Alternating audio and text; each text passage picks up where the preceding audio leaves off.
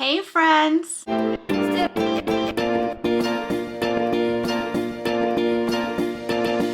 My name is Desiree, aka Mama Friendly. Welcome back to my channel if you're an old friend, or welcome if you're new. I do all sorts of videos on my channel, from cooking videos to planner videos, homeschool videos with a Disney twist, hauls, vlogs, a little bit of everything. So if any of these things sound like fun to you, I hope that you'll subscribe and join me on my YouTube adventure.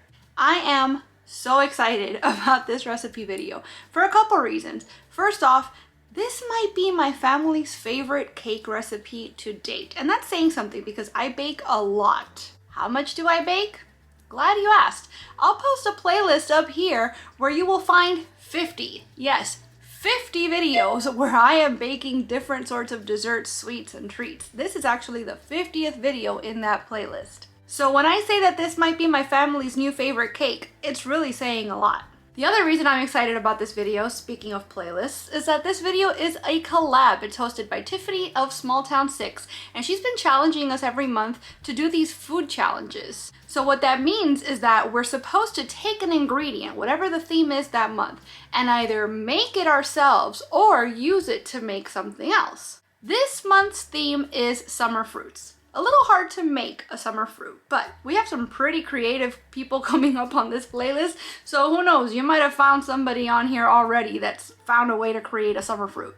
Me, I'm going the easy way. I'm making a cake with peaches. It's brown sugar peach cake to be exact, and as the person baking, I really love this recipe because it takes semi-homemade to a whole other level. You're using a cake mix as the base and adding barely any extra ingredients, but somehow what happens is this super impressive looking and tasting delicacy by the end of the recipe. So this is my contribution to the collab. But there's going to be loads of other people contributing, so I'm going to put Tiffany's channel linked in the description box, and I'm also going to put the link to the playlist so that once you're done watching my video, you can go see what everybody else made. In the meantime though, since you're here, let me show you how I made this brown sugar peach cake. Alright friends, as always, we're going to begin our recipe with our ingredients. Well, first off, we're going to preheat our oven to 350. Then, let me show you what we're working with. For the cake, I'm using a box of Duncan Hines Classic Yellow. You can use any cake mix, but they do recommend a 15-ounce box. You're going to need 3 large eggs and 1/3 cup of oil, or whatever is specified by your cake mix. Just don't add the water. You need a 1/2 cup of peach nectar. That's going to take the place of the water. You also need a pound of peeled and chopped peaches, so about 3 to 4. I used 2 really big ones. And you could use a drop of orange food coloring if you wanted to boost the color of the cake.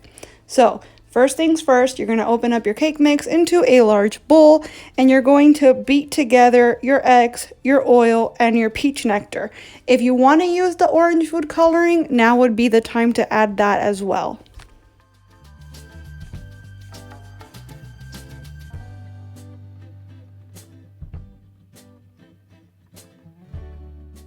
Next step, I'm going to go ahead and peel those peaches, and then I'm going to chop them up into what I would deem slightly smaller than bite-sized pieces. You're just going to fold that into your batter, and that's it. You're done with the cake batter. Super easy, right?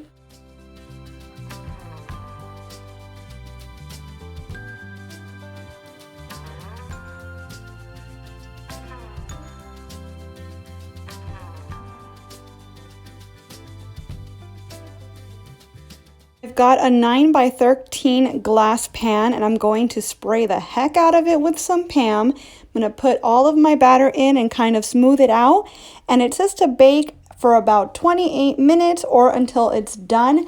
I ended up adding slightly more time at the end of mine because I didn't feel like it was done enough. It took about 30 to 33 minutes total for me.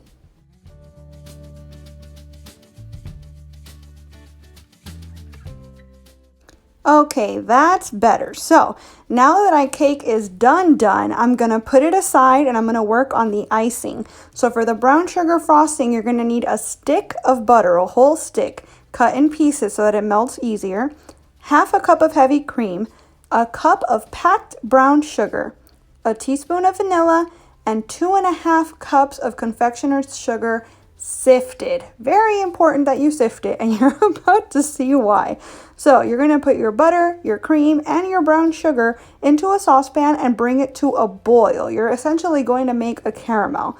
You have to stir constantly to make sure that nothing sticks or burns. And once it's come to a boil, you can take it off the heat and add your vanilla and slowly incorporate all of your sifted sugar. Whisk until it's well blended and the little lumps of sugar have disappeared. See, here's where we had the kind of disconnect. I sifted about a fifth of the amount that I needed and I got bored. So I threw the whole thing in as it is, and those lumps never quite broke up. So that's important. You should definitely make sure that you sift it so that those big clumps of sugar do not remain in your otherwise perfectly smooth icing.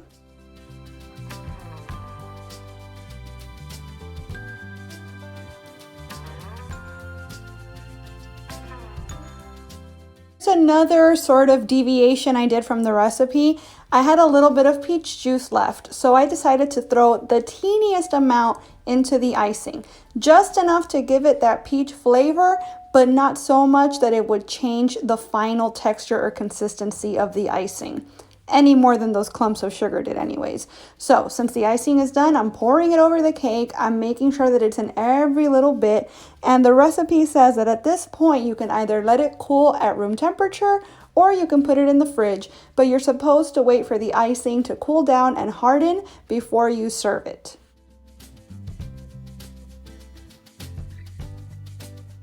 My brother had volunteered to be my guinea pig, and so he tasted that first piece and thought it was incredible, but it could use some texture, he said. So I thought, no problem. I happened to have some pecans.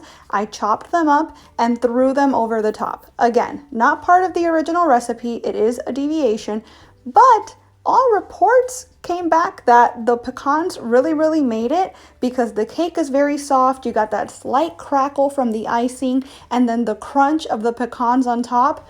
Really good. So I would recommend doing the pecans for sure, but maybe do it before you glaze the cake so it's more homogeneous.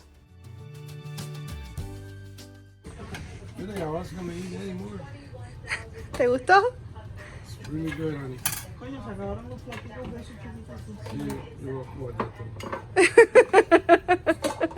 Okay, friendies, that's gonna do it. That's how I made my semi-homemade but super impressive brown sugar peach cake.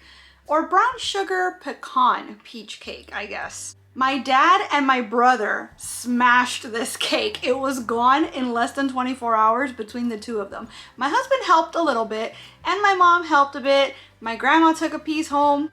But yeah, pretty much my dad and my brother just kind of annihilated this cake. My dad's already suggesting other fruits I can make this with. And my brother has requested that I make this again for his birthday later in the year. So, high praise from them both. Hence why I'm saying this might be my family's new favorite cake. And I loved making it because it was so easy to get that payoff. Mwah. It was of course made a little easier by the fact that I decided to skip the whole sifting portion. But you know what? The pecans kind of helped in that regard too, because with the texture of the pecans, you barely even notice the clumps of sugar in the icing, right? I kid, of course. You should probably sift your icing, but I mean, as evidence, it's not gonna ruin the cake or anything. My family really loved this recipe, and I'm willing to bet yours will too. So if you do decide to make it, make sure you come on back and let me know in the comments how it worked out for you, or you can take a picture or video and tag me on Instagram. I want to thank Tiffany from Small Town 6 once again for hosting. These collabs are always super fun, and I can't wait for next month's.